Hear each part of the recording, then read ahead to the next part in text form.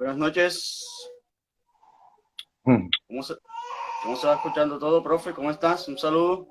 Muy bien, espero que me escuche bien a mí. Escucho justo el llanto de un bebé. Sí, señor. ¿Cómo está, Ahí profe? estoy, ahí estoy bien, sí, ahí estoy bien. Está perfecto ahí. Ah, bueno, maravilloso. Bueno, aquí estoy listo. Déjeme invitar a Carlos.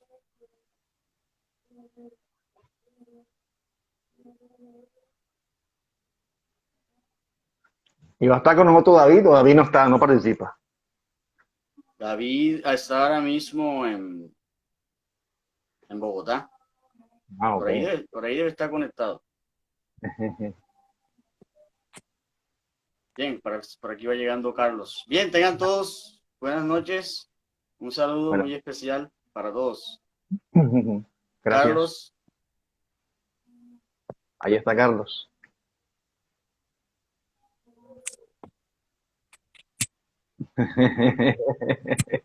¿cómo estás, Carlos? ¿Todo fine? Hola, ¿Todo? muy buenas noches o Buenas tarde, noches. no sé qué hora es. Ah, Acá, noches. acá en Colombia es noches. Allá en Alemania, madrugada, Sí, son las 2 2 de la madrugada. Wow, qué Bueno, bueno que pusiste la alarma para despertarte, me imagino. para estar despierto y dispuesto. Qué bien, qué bien. Bien, pues un placer tenerlos por acá. Vamos a empezar este pequeño espacio que tenemos acá.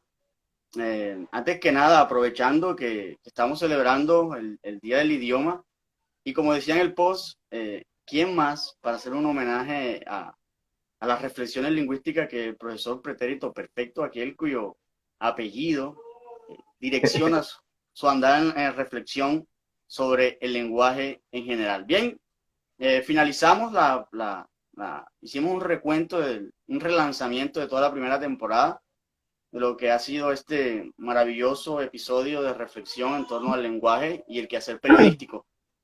sí. Antes que nada, déjenme presentar a los contertulios de esta noche. Es un placer tener por acá al profesor Javier Franco, profesor de periodismo e investigador de la Universidad del Norte, y a Carlos, locutor, traductor trilingüe de inglés, alemán y español. Profe Javier Franco, bienvenido. Muchas gracias por la invitación. Para mí es un placer estar por acá y espero contribuir modestamente a que esto marche hoy de la manera más fabulosa posible. Ok, Carlos, bienvenido. Gracias por aceptar la invitación. Hombre, muchas gracias. No voy a usar el acento costeño, ya ustedes saben que la verdad es que yo soy cachaco, entonces no lo voy a usar. No sé si los espectadores alcanzan a distinguir un poco la voz de Carlos, que ha estado con nosotros en varios episodios de la primera temporada, dándole la voz a Juví de Santa Cruz, Al abuelo. al abuelo Juví de Santa Cruz, el abuelo del profesor Pretérito Perfecto. Bien, el profesor Pretérito Perfecto es un profesor jubilado que vive a las afueras de la ciudad. Allí sentado en su taburete, tomándose su taza de café, madrugador empedernido, lee, reflexiona, indaga, argumenta y cuestiona eh, el lenguaje y las maneras del nuevo periodismo. Entonces, empezamos este pequeño espacio con una pequeña pregunta que les tengo a ambos, pero primero quiero comentársela al profesor Javier Franco. Profe, estuve leyendo hace algún momento, algún tiempo ya, una metáfora que se establece hoy sobre las ciudades digitales. Eh, yo relaciono las ciudades digitales que del mismo modo en que operan las ciudades reales, en las ciudades digitales, refiriéndose a los espacios de Internet, tenemos avenidas, rotondas, bulevares, bares, antros, qué sé yo, y del mismo modo en que estamos expuestos andar por las avenidas y calles de las ciudades reales, nosotros también andamos por avenidas en las ciudades digitales, ¿no? Y estamos expuestos ya no a que nos roben, sino que se nos metan por el ojo, profe, cosas indeseadas, profe. Eh, en esa reflexión un poco, por ejemplo, ¿qué opina usted sobre la relación que existe entre el periodismo digital y su relación con el lenguaje? fue con el profesor Caramba, Javier. caramba, caramba. El periodismo digital, hay algo que yo he notado particularmente interesante en esto del periodismo digital, y es que como toca atrapar la poca atención con que se cuenta, se echa mano de recursos que son a veces contradictorios con lo que es la esencia del periodismo. A mí se me ha ocurrido pensar que a veces se miente a nivel de expectativas, se miente con el contenido que debe tener el texto, y se miente, o sea, se juega con la intriga. Al final el texto no promete, no trae lo que promete, y termina siendo un texto mentiroso. Y eso es curioso porque eso riñe con la esencia del periodismo. Es lo que yo veo. O sea, como toca atrapar como sea al auditor, al que está viendo en la pantalla, toca atraparlo y se entretiene, se le entretiene, y al final lo que vende a un posible anunciante es que la persona permanezca pegada a la pantalla, no importa a la hora del test si lo que se dijo, se compartió, era correcto o no era correcto, o no era real o era irreal. O sea, es un no periodismo, de alguna forma. Carlos, ¿qué opinas al respecto? Cuando hablamos de virtualidad nos enfrentamos al hecho de que no tenemos al interlocutor enfrente, pero eso no lo hace muy distinto a leer un texto en un periódico. La diferencia es la inmediatez y la capacidad de irlo adaptando a medida que la noticia se va corroborando, se va confirmando, se va desmintiendo, y existe pues esa posibilidad de mantener la noticia actualizada hasta donde lo permita lo fáctico, lo real. Lamentablemente es un recurso que se usa también para mentir, para retractarse artificialmente y para aprovecharse del hecho de que hay personas que nunca van a leer la corrección, o de que hay personas que están sometidas a otras influencias y a otras noticias que no son necesariamente ciertas. Fíjense que yo, en uno de los capítulos, el profesor Pretérito comentaba que a veces, o uno pretende que el periodismo, y no redundo cuando digo que el periodismo, profe, ante todo, debe ser verdad. Claro, claro, lo que pasa es que la esencia del periodismo es justamente proporcionarle a una comunidad unos hechos que son ciertos, que él necesita para tomar decisiones. O sea, tiene que ser verdad. El asunto aquí es que, bueno, por una parte, el escenario digital permite que todo mundo sea periodista, cualquiera que se le antoje envíe una información. Y por otra parte, el que sí es periodista está tratando de atraer hacia su propia página al lector, y termina haciendo lo que estoy diciendo ahorita, ¿no?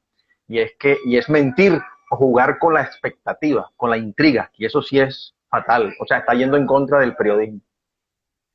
Y es que uno se encuentra, por ejemplo, uno entra a una noticia de este periodismo digital, porque ahora les tengo la pregunta, eh, creo que no exagero cuando digo que la mirada del lector, el lector que leía prensa escrita, se está volcando cada vez más hacia la prensa digital. Entonces, ¿cuáles son los nuevos retos, Carlos, que debería tener la prensa digital sin mezclarse con esa industria del ocio y del entretenimiento?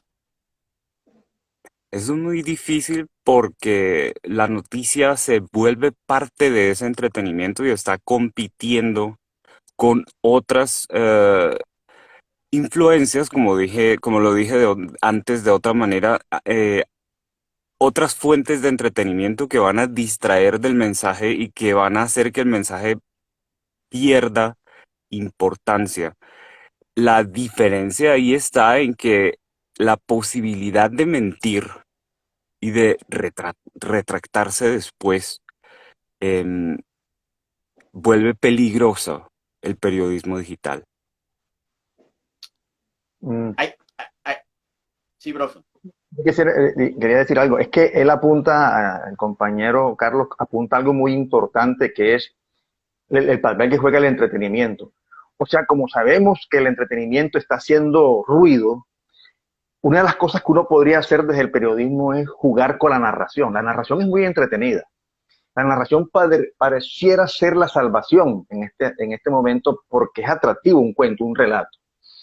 Y yo creo que a veces uno hace mal en, en satanizar la tecnología. También se ensalza demasiado. Entonces lo que uno tiene que hacer es básicamente, ya que está presente porque es parte del sistema, utilicémosla. Y si toca usar las herramientas del entretenimiento, pues se hace. Se hizo en el pasado cuando, por ejemplo, alguien como Juan Bosco utilizaba el entretenimiento y la magia para atraer a los niños y enseñarles el evangelio, por ejemplo. Se puede usar. O sea, yo creo que la salvación, o una de ellas, es usar la narrativa. El storytelling, por ejemplo, como se llama. Sí, yo opino que de pronto hay una inevitabilidad en caer en este tipo de contenido pues por aquello, porque así funcionan las redes sociales, ¿no? Entonces traer un contenido que uno asume que ante todo debe ser serio y con la seriedad debe venir una cantidad de factores, datos, cifras, fuentes, ¿no? Confiables, o sea, que den la credibilidad del medio que está tratando de comunicar, pero a veces uno se queda en que todas estas características que son intrínsecas al periodismo, que ni siquiera voy a decir al buen periodismo, porque el periodismo, como les dije al principio, no redundo al decir todas estas características que debe tener, uno se queda pasmado cuando se encuentra que los textos en muy poca medida tienen estas características de fiabilidad, credibilidad que la dan los hechos, las cifras bien contadas, bien argumentadas. Bien, compañero Carlos, no sé si usted quiere decir algo al respecto. Mantenerse fieles a la verdad es una actividad que podría, por un lado, facilitarse con el periodismo digital, pero por otro lado, podría dificultarse con él, porque existen también fuentes que se encargan intencionalmente de cubrir, de encubrir la verdad. De manera que es una cuestión de ser cuidadoso y de aprovechar los recursos disponibles. Sí, sí. Ahí también toca de pronto nosotros, bueno, que somos docentes, y también no solo los de periodismo, sino también de otras áreas, formar audiencias críticas, o sea, personas que sepa distinguir lo que es verdad de lo que no es verdad y pueda tener no suma todo como así como sin juicio, ¿no? O sea, porque es que hay tanta información y lo que toca es como seleccionar la que uno sienta que tiene cierta fuerza. Ahora, cuando uno hace un mensaje periodístico con los criterios que le son propios, en este mundo tan lleno de cosas, pues uno se va ganando el espacio y la respetabilidad. O sea, es fácil como decir, mejor dicho, hay que decirlo así. Uno tiene que ser tan buen periodista como cualquier otro, pero al mismo tiempo tiene que ser diferente a cualquiera para encontrar un espacio que lo distinga y que en ese maremándum de información uno tenga respetabilidad y se imponga y eso como que termine siendo escogido por la audiencia.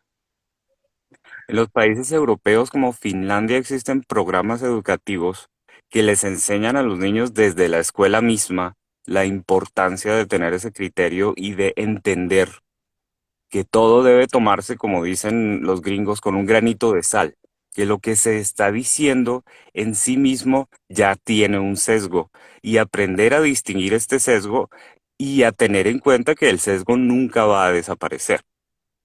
Exacto, y eso tiene que ver con la honestidad que uno transmita, porque ese sesgo existe, pero bueno, esta es mi versión, pero una versión respetable, asumida desde los criterios básicos del periodismo. Bien, ¿cómo, qué relación guarda? ¿Qué relación guarda, Carlos? Te pregunto a ti primero, pues como ya comentamos en la introducción, que eres traductor trilingüe, eh, ¿qué relación podemos hacer entre el periodismo y el uso del lenguaje? El lenguaje es una herramienta que utilizamos para comunicarnos. Y el hecho de que exista una asociación de academias de la lengua en América Latina permite la inteligibilidad de manera que un filipino se pueda entender con un guineano, porque existe una institución que se encarga de mantener una unicidad en ese idioma. Así que al escribir noticias, es importante tener en cuenta esos matices culturales que pueden hacer que algo que se esté diciendo resulte ofensivo o incluso eh, restarle credibilidad a lo que se está escribiendo simplemente por haberlo escrito de una manera o de otra. Así que el lenguaje es una herramienta importante que además debe utilizarse de tal manera que resulte inteligible y además que tenga trascendencia en el tiempo, que si yo leo la misma noticia 20 años después, entienda que dentro de ese contexto de esos 20 años, algo tuvo lugar que yo todavía puedo entender. Ujú. Hay otra cosa interesante respecto de, y es que el lenguaje periodístico tiene unas características que le son propias, ¿no? Claridad, precisión, concisión, brevedad, que tienen que estar presentes en siempre en los discursos periodísticos. Y lo otro es que para evitarnos este punto de los matices en los diferentes países, uno podría usar el universo completo, o más, sí, lo más completo posible del español, que es un idioma que tiene más o menos 100.000 palabras al servicio de nosotros, y que nosotros en promedio, según un estudio que leí de hace como 3 años, un promedio usamos nosotros entre 500 y 1.000 palabras. Y los jóvenes usan menos, usan 240. Hay una pobreza expresiva cuando el español tiene tantas palabras. Y esa pobreza expresiva, algunos lo ven en positivo porque es que los jóvenes se entienden en su propia jerga, pero es que es la jerga que se encierra. Lo que uno debe aprender es a manejar un lenguaje. O sea, todas esas palabras que están disponibles en el español, manejarlas, y eso se consigue con lectura, con estudios. O sea, acudir a lo que tiene el lenguaje español, que es muy rico, y que dejemos la pereza en el uso de las palabras. Profe, dentro de ustedes, ya lo dijimos, profesor de periodismo en la universidad. Profe, ¿cuál es la labor de la academia en la formación del periodista y en el uso, sobre todo del lenguaje? Porque lo digo porque uno se encuentra muchas notas como las que ha comentado el profesor Pretérito Perfecto y ahí eh, hay una, vamos a decirlo en un término muy suave, hay una pobreza en el uso del lenguaje. Sí, sí. Ahí lo que pasa es que en los programas de comunicación, por lo menos donde yo dicto clases, tiene varios semestres que son de lengua, de técnica de comunicación, bueno, de habilidades para comunicarse. Y eso lo asume el Departamento de Idiomas. Nosotros justamente estamos peleando para que nos den un espacio mayor, para que tengamos un tratamiento específico del lenguaje periodístico, que tiene sus propias características. Ahora, ¿cómo hacemos eso? Al principio proporcionamos todas las herramientas comunicativas en términos de gramática, básicamente de semántica, de algunos de los aspectos formales de la lengua, para después irlo llevando a lo que se emplea en cada género. Eso lo hacemos nosotros poco a poco. Ahí, infortunadamente, nos hemos dado cuenta que los alumnos vienen con muchas falencias desde las escuelas y tenemos que ir cubriendo, pero es un trabajo duro, o sea, es doble. Nosotros sería lo chévere, lo ideal, recibir un alumno que tuviera un manejo mínimo del lenguaje para adecuarlos a los géneros periodísticos, pero eso no se da. Tenemos el doble papel de nivelarlos con lo que se debe hacer como mínimo y proporcionarles los lenguajes propios de los géneros periodísticos. A mí me Carlos, sorprende, sí, perdón, me sorprende un poco. Yo hace 20 años que salí de Colombia, 25 que salí de la universidad. Yo estudié comunicación social y esos mismos puntos que tocan sobre las falencias que vienen desde la escuela, que se sigan presentando y que no se hayan resuelto, me sorprenden un poco. Yo vi 4 talleres de expresión escrita, 4 talleres de expresión oral y siempre había un monitor al lado que trataba de nivelar a los estudiantes para que todos estuvieran, y a las estudiantes, para que estuvieran al mismo nivel, para que pudieran comunicarse de la misma manera. Y la verdad es que había problemas graves de ortografía y de gramática independientemente de la región del país de la que vinieran. Eso era absolutamente irrelevante. Pero sí era claro que hacía falta más en la escuela. Y eso no debe acabarse en la escuela ni en la universidad, particularmente en una sociedad que propicia ganar dinero y por ende ciertas profesiones que no son precisamente las relacionadas con la lengua, que existan espacios como Bocato de Cardinales que le recuerden a la gente que todavía se puede hablar bien, que todavía se puede escribir bien, que todavía se puede comunicar uno de manera bonita. ¿Sabes, Carlos, qué es lo que pasa? A veces, o sea, uno aceptaría que dentro del espacio académico, que es un espacio de formación, se permitan muchos lapsos de escritura. Lo que sucede y lo que pone en el centro del debate del periodismo y el lenguaje es que se está publicando mucho contenido periodístico, sobre todo en plataformas digitales, con, con lapsus que uno se pregunta, bueno, esto no pasó por un consejo editorial, profe. Sí, es que ese es un asunto también grave. Lo que pasa es que los referentes que para que manejan bien el idioma, bueno, son pocos, o sea, mejor dicho, uno encuentra cierta uniformidad hacia la mediocridad en muchos aspectos en los medios nuestros, ¿no? Las excelsas plumas no son la excepción, deberían ser como la regla. La excelsa pluma debería ser la regla y no la excepción. Y uno encuentra que a veces cuando habla con el alumno o con la alumna y le plantea que eso está mal hecho, por ejemplo, el dequeísmo o usos del verbo adelantar como no se corresponde, por decir dos ejemplos. Entonces dicen, pero es que eso yo lo leo en los medios, lo leo en los portales. O sea, no, pero que tú lo leas no quiere decir que sea correcto. Pero fíjate tú, o sea, se está empleando mucho y uno acá en la academia trata de decir, eso no es correcto, sin embargo lo están viendo. Eso no debería ser así. O sea, la excepción, la pluma bien manejada es la excepción, no la regla. Ese es un problema serio que tenemos en nuestro periodismo y hace varios años. El periodismo digital debería permitir corregir ese tipo de problemas. Ya lo cometiste, ya pudimos publicar rápidamente, ya lo leyó mucha gente, ya es posible corregir ese error, pero no se da. No se da. Y es lo peor. Antes, cuando se imprimía el periódico, ni modo, pero ahora sí se puede y permanece.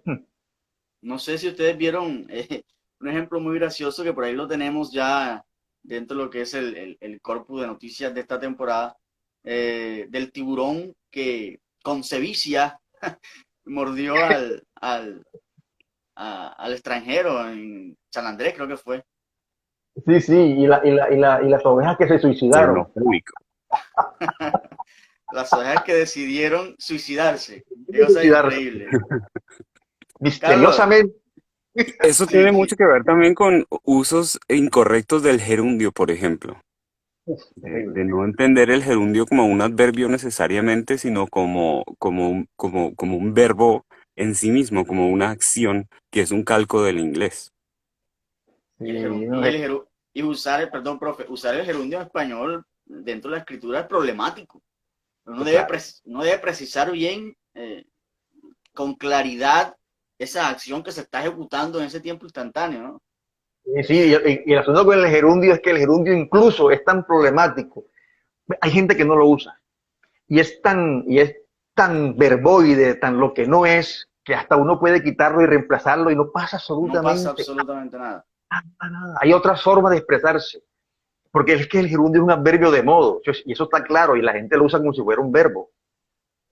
Claro, lo comentamos en el capítulo de la come carne cruda, que la simultaneidad de esas acciones, porque las acciones se dan de maneras no simultáneas, ¿no? Usted hace primero algo, luego se lo lleva, lo agarra, te lo lleva a la boca, lo muerde, pero no lo agarras mordiéndolo. Entonces, ese es el problema del gerundio, que, Sí, sí, dime. no, ese problema, vea, es mi pelea. En los últimos 20 años, esa sigue siendo la pelea permanente, el uso del gerundio. Y aparece otra vez y vuelvo, pero caramba, si yo lo he explicado, ¿por qué insisten en usar el gerundio? Por lo menos deténganse cuando vean un gerundio, deténganse y examinen, ¿ey, está bien usado? Porque hay veces que sí lo está, hay veces que sí lo está. Pero es que el asunto es, no usen así eso de manera discriminada, sino por lo menos frenen. y examinen la posibilidad de que esté mal empleado. No, y si nos referimos, Carlos, que la palabra, que el lenguaje es pensamiento, ¿no? Antes de sufrir esa transformación en la palabra, y de la palabra es una extensión de ese pensamiento, pues si se escribe así, ese pensamiento está embolatado, ¿no? Es muy difícil realmente poder transmitir lo que tenemos en la cabeza y por eso el lenguaje se convierte en una herramienta que nos permite transmitir ese mensaje. Y en la medida en que no logremos utilizar ese lenguaje de manera inteligible, que todos puedan entender, que cualquier persona pueda entender, el mensaje se va a perder. Y vamos a terminar diciendo no necesariamente lo que queríamos decir. Y lo otro es que, yendo un poquito más atrás, uno no puede pensar si no tiene palabras en la cabeza. O sea, es un concepto de empalabramiento. Las cosas se piensan y se relacionan en la cabeza, se ordenan a base, luego de ser nombradas. No es posible pensarlas sin tener las palabras. Es un asunto de doble vía. Entonces, si tienes pobreza en palabras para decir lo que dices, para pensar lo que dices, pues vas a tener pobreza expresiva también, porque no cuentas con las palabras. Volvemos al cuento, empleamos 1000 palabras cuando el idioma tiene 100.000. Claro. Profe, le hago la pregunta, la responde sí, no, luego se la hago a Carlos. ¿Usted lee periodismo digital, Y bastante, sí. Carlos? Exclusivamente. Bueno, ok, perfecto. ¿Qué tanto se está innovando en este periodismo que lo dimos en un principio? No voy a ser fatalista y decir la prensa digital, la prensa impresa está muerta, pero ¿qué tanto se está innovando con esta forma de hacer periodismo? Bueno, yo te puedo decir que estamos haciendo mucho multimedia, mucho transmedia, y estamos usando multilenguaje. Yo que soy de la época del medioevo, dato que estudié, aprendí en el periodismo tradicional, pero ahora uno tiene que cambiar la mente y siempre pensar en términos multimediales. Cuando yo voy a un evento o hago una crónica, estoy pensando en términos multimediales. Es así, es un cambio de forma de ver las cosas. Y yo creo que el periodismo digital está ayudando también, asumiendo eso. O sea, sí está haciéndolo. Y hay otra cosa que está haciendo el periodismo digital que me parece buena y que rompe con lo que alguna vez se pensó, y es que con tantas cosas que uno ve en un portal, lo ideal sería escribir cortito o el trino. No, no, no. Hay productos muy buenos, grandísimos, que incrustan cosas, tienen conexiones, enlaces, videos y son fabulosos. Yo creo que en ese sentido el periodismo digital o sea, ha enriquecido el periodismo. Hay que tener en cuenta también el dispositivo que se esté utilizando para acceder a esas noticias. Y en la medida en que estemos usando una pantalla pequeñita como la de estos celulares, se dificulta que exista toda esa capacidad multimediática que un monitor como el que tengo atrás, que es un monitor bastante amplio, em, no va a permitir. Simplemente porque el espacio es menor y especialmente con la edad, hablando del medioevo, empieza uno a necesitar ayudas visuales. Bien, les hago esta, parece una afirmación, pero en realidad es una pregunta. ¿Las masas mandan? Bueno, no, o sea, es que definitivamente uno cuando escribe periodismo o hace notas periodísticas está pensando en las audiencias que son masivas. Eso se refiere el vocablo comunicación, la expresión comunicación social, ¿eh? Es para las masas. Pero no sé a qué le apunta tu pregunta, porque las masas existen, es un concepto que es sociológico, hay personas que se comportan como el hombre masa que dijo Ortega y Gasset, y a esas personas se les llega porque esas personas tienen como masa unos objetivos que les son comunes, o sea, sí existe, pero no Bien, sé si... la preciso, la preciso. ¿Quién decide y de acuerdo con qué intenciones, qué es lo que se publica? Ah, ok, pues está bueno, Carlito. Yo quiero decir algo ahí, y es que mi hijo, mi hijo Martín, que va a cumplir 16 años, ha estado expuesto al periodismo digital desde que aprendió a leer y yo jamás le impedí que lo hiciera. y él también lee en varios idiomas. Tiene unos conceptos muy interesantes de sociología y entre ellos dice que la democracia no existe, que no es verdad eso de que la gente pueda decidir por sí misma cuál va a ser su futuro, sino que siempre hay entidades que desde arriba están moviendo los hilos. Eso de alguna manera podría responder a la pregunta, pero no creo que sea la respuesta que tú estés buscando. Sobre eso ha reflexionado mucho el filósofo coreano Byung-Chul Han. Tiene una mirada muy, así como la que está diciendo Carlos que tiene su hijo, y es que en este momento lo que creemos que tener como libertad está siendo administrado por personas que nos hacen ver que somos libres, a través de los algoritmos, y las cosas determinan lo que a nosotros nos gusta. O sea, nos esculpan en la mente y terminan dándonos hasta productos muy localizados. O sea, incluso uno podría pensar que el concepto de masa, como lo entendíamos antes, ha sufrido metamorfosis porque a veces uno piensa que cuando está en las redes sociales, lo que uno ve es lo que a todo el mundo le llega y no, eso me llega a mí, porque hay unos algoritmos que han hecho posible que me llegue a mí lo que me llega. Y yo pienso que tengo el dominio de las cosas y es al revés. A mí la tecnología me está usando para seguirse multiplicando en todos sus objetivos. Entonces, ¿quién decide? Decidimos nosotros mismos individualmente, creyéndonos libres, pero dándoles los insumos a los algoritmos para que administren nuestros gustos y nuestras necesidades. En el capítulo de Señuelos al Lector, donde el profesor Pretérito hablaba del cibergancho, del engagement, eh, ¿cómo es la relación esa entre el periodismo digital y el lector, entre lo que se llama el clickbait, ¿no? Carlos, te doy la palabra. Volvemos, pues sí, volvemos al mismo asunto de que estamos compitiendo con el ruido de los demás, de las demás fuentes de entretenimiento. Y ese, evito usar palabras en inglés. Y si pueden ayudarme, no sé cómo llamarle al infotainment en español. Al hecho de que la información misma se vuelve entretenimiento.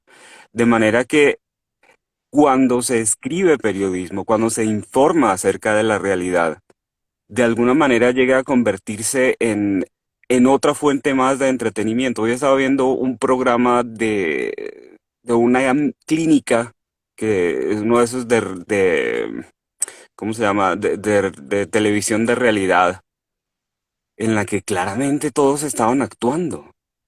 Y lo hacían muy mal, además. El médico se trababa cuando decía los términos médicos porque claramente los estaba leyendo del teleprompter. Así que distinguir entre el entretenimiento y la información es lo que está dificultando el proceso en este momento. Claro, claro. Y ahí el asunto es que estamos peleando desde la perspectiva de los medios de comunicación digitales, peleando con una tensión que es fugaz. Ya las cosas no se reposan, ya no hay tiempo para las cosas, ya el tiempo ha cambiado, se está definido de otra forma como consecuencia de la tecnología. Por lo tanto, estamos administrando la fugacidad, la permanencia fugaz. Entonces tenemos que atraer al lector de otra forma distinta a como la traemos antes. Fíjate tú que antes decíamos el lead tiene que tener esta configuración y la pirámide invertida tiene estas reglas, ¿no? Ahora el asunto es que el lead no basta, tiene que tener un gancho, tiene que tener algo que aunque sea mentira, eso que tú, el ejemplo de las ovejas que se suicidaron es un buen ejemplo. Cómo se atrapa al lector y se mantienen en la intriga de algo que no ocurrió nunca y que al final termina siendo una mentira. O sea, pero te detuvo a ti y al final eso se llevó al anunciante. Mira, ve, tenemos personas que permanecen un minuto frente a cada noticia. Oh, maravilloso, y tal el anuncio. Ese es el tema. Cómo administramos la fugacidad. Y parece ser que el recurso válido es la narrativa, el storytelling, el entretenimiento para, bueno, por lo menos por esa vía, ganarnos a la audiencia. Sí, claro, sobre Yo todo quiero, cuando... perdón, yo quiero decir algo respecto a esta situación que tenemos en este momento. Yo Uh-huh. puedo ver cuánta gente entra y sale de esta conversación que estamos teniendo. Y hay un número más o menos estable pero varía. Y esto en cierta forma es entretenimiento, a pesar de que en cierta forma también es informativo. Y tenemos esas luces detrás que cambian un poco el fondo. Mi fondo es un poco más aburrido, pero estamos tratando también de entretener a una audiencia y mantenerla ahí cautiva, de engancharla diciendo, hey, vamos a hacer un live en Instagram. Vamos a hacer parte de todo este ruido de información y entretenimiento disponible. De hecho, en un principio, el gran debate era que teníamos en cuanto a dónde y en qué plataforma llevar el contenido de Bocato y Cardenales, era salir un poco de lo habitual, ¿no?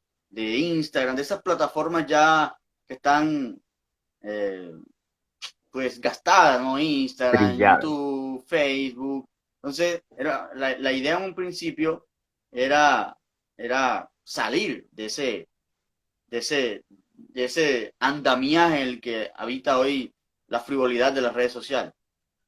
Sí. Pero fíjate tú que es interesante. A mí me parecen muy entretenidos los Boccatu di Cardinali con el profesor Perfecto. Y incluso una vez que David me preguntó, una vez David me pidió un Ahí concepto tenemos al maestro David. al maestro David. Yo recuerdo que le dije, me recuerda la metodología, los procedimientos de David Santos Juliao. Sí, el rescate de la oralidad. La oralidad esa que es tan sabrosa, que es propia del Caribe, que tiene su impronta en la narrativa nuestra del Caribe. Me recuerda mucho al maestro David Sánchez Boleado, que ha quedado para la posteridad como un rescate de la oralidad, de la literatura oral, sí que se le puede decir así. Maestro David, ¿cómo está usted? No, muy bien, un saludo, contento de tener al Javi, de tener a Carlos aquí.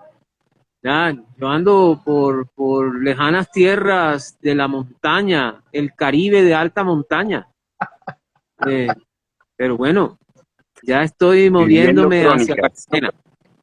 Yo los dejo, los voy a dejar para que sigan conversando. Bueno, Listo, listo, Viejo maestro. David, que te vaya bien. sí, mi hijo David. Bien, eso, igual eso que nos comentaba Carlos de las lucecitas, de estar, el hecho mismo, de estar ahora mismo en Instagram, sí, tiene mucho sentido lo que acabas de decir. Vamos finalizando entonces este espacio con, con lo que es la presentación. Bueno, no lo vamos a presentar hoy, sino mañana.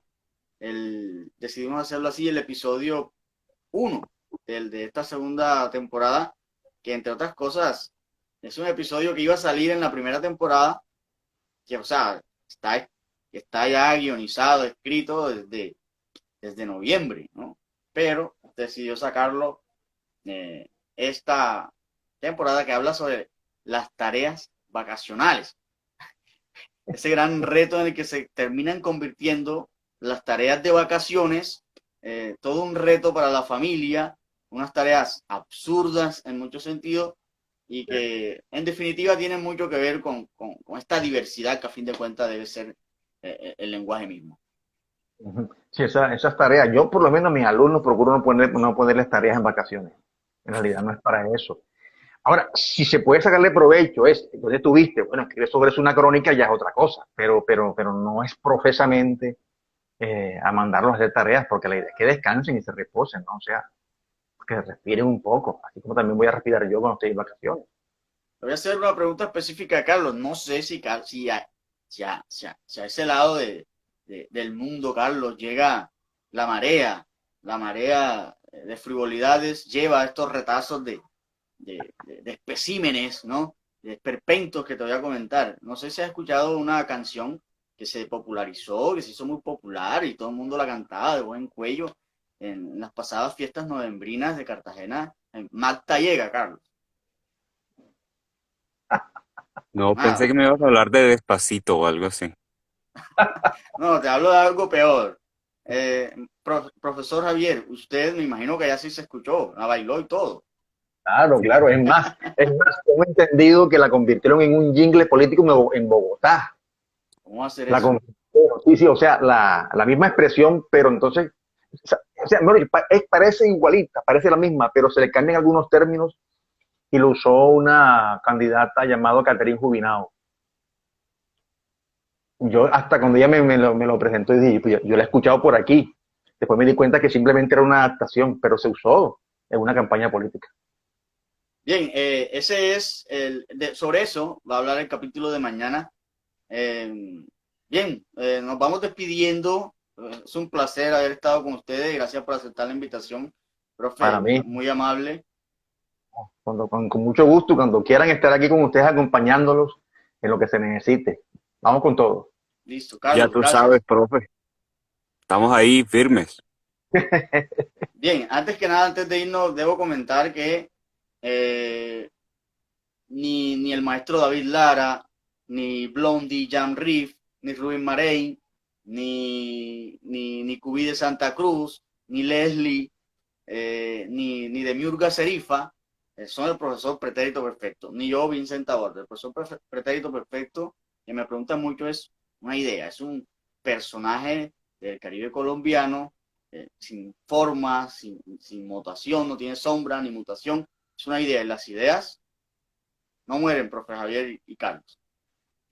En Casagazapos, muy bien. Nos Excelente, vamos, fantástico. nos vamos despidiendo, gracias a todos los que se conectaron y esperamos que disfruten del contenido que sale mañana 10 de la mañana. Gracias. Gracias a ti. Gracias a todas y a todos. Listo. Chao, chao.